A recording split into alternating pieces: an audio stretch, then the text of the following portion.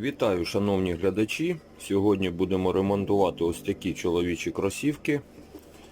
З ними ось така біда.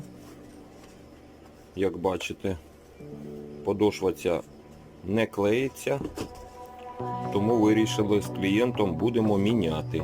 Ось дивіться, вона з двох частин. Підібрали ось таку підошву.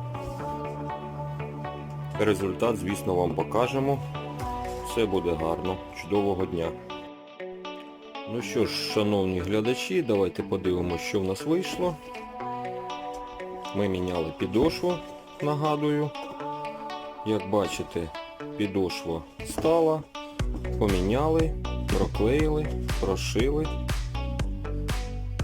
Одним словом, нові кросівки будуть у клієнта. Всім гарного дня!